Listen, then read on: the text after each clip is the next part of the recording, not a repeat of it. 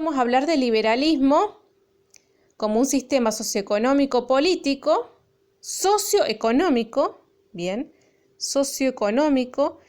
que sirvió para defender el capitalismo. En su momento en Europa, y después esas ideas fueron traídas a Argentina, con todos los procesos de las revoluciones y la conformación de nuestro Estado, para consolidarse, ¿no? Este mismo liberalismo es una corriente política opuesta al sistema de monarquía basado en el conservadurismo, en la monarquía absoluta, y en defensa del sistema capitalista.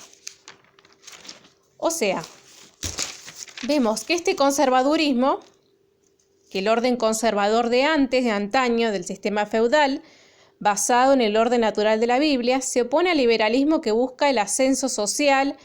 Se cree que el hombre puede ascender a través del mérito, de la ciencia, de la iluminación de las ideas, de ir a la universidad.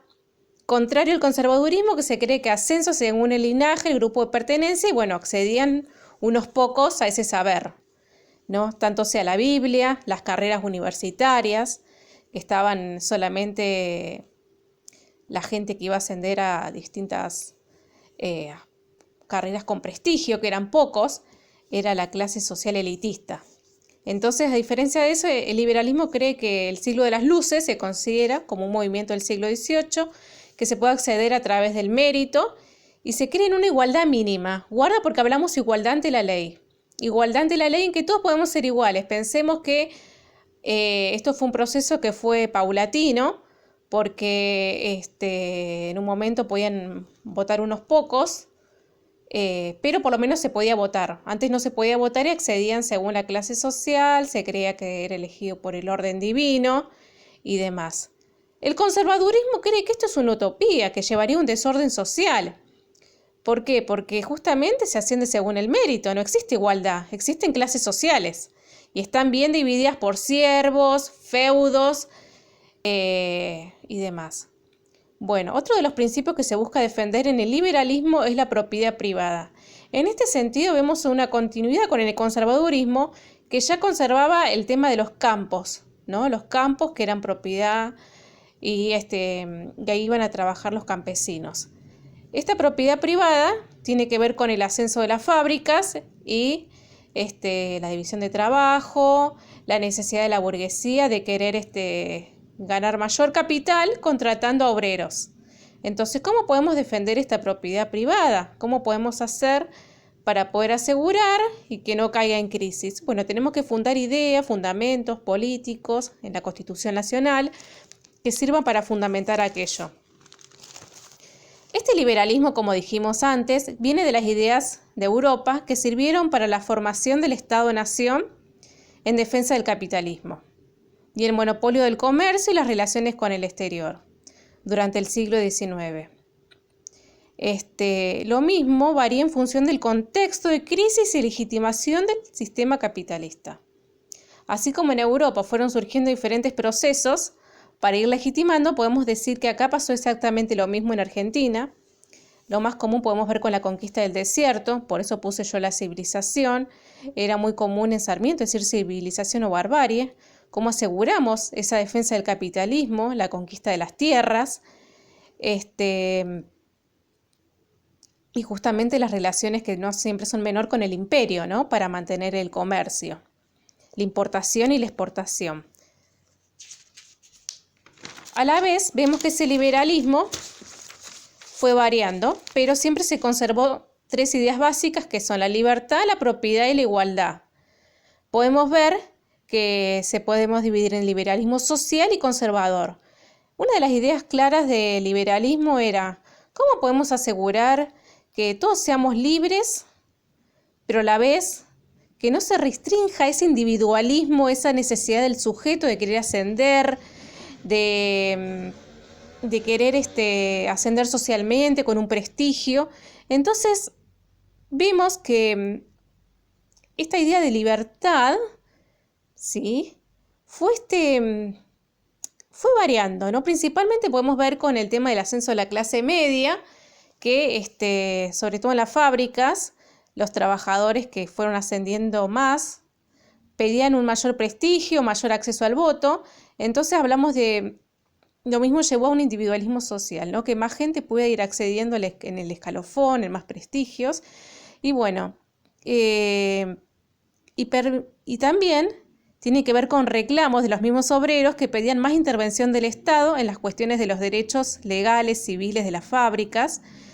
Entonces, a la vez vemos que planteaban justamente mayores regulaciones en los contratos de trabajo. Lo mismo es totalmente diferente al liberalismo, que liberalismo conservador o liberalismo neoconservador en lo estatal. Guarda con esto porque hablamos neoconservadurismo estatal y neoconservadurismo sobre todo. ¿Por qué? Porque es la función de sectores de la iglesia con los sectores laicos, o sea, con los sectores que decían, ¿cómo aseguramos realmente la legitimación social de esto? Porque nos están reclamando tanto que se nos está yendo toda la plata. Eso decía Isuani en su escrito, sobre todo porque en la década del 30 vemos con la caída de la bolsa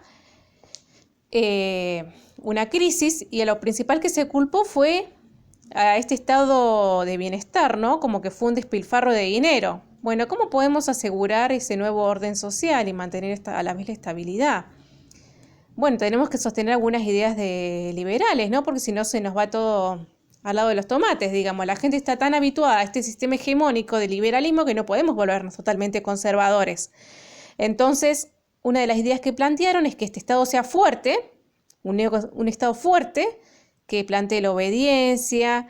Estas ideas, como decíamos, de la ciencia tienen que ver con hablar de la historia, el respeto a los mártires, el respeto a la autoridad. Eso es el Estado fuerte. Y un Estado a la vez mínimo en lo económico, ¿no? Y ahí hablamos más del neoliberalismo, la libertad de mercado, la libertad de comercio, que eso tiene que seguir estando. La defensa de la propiedad privada. Entonces ahora tenemos que volver, justamente quieren volver a los principios del individualismo posesivo. Entonces podemos ver cómo se vuelve a refundar ese liberalismo.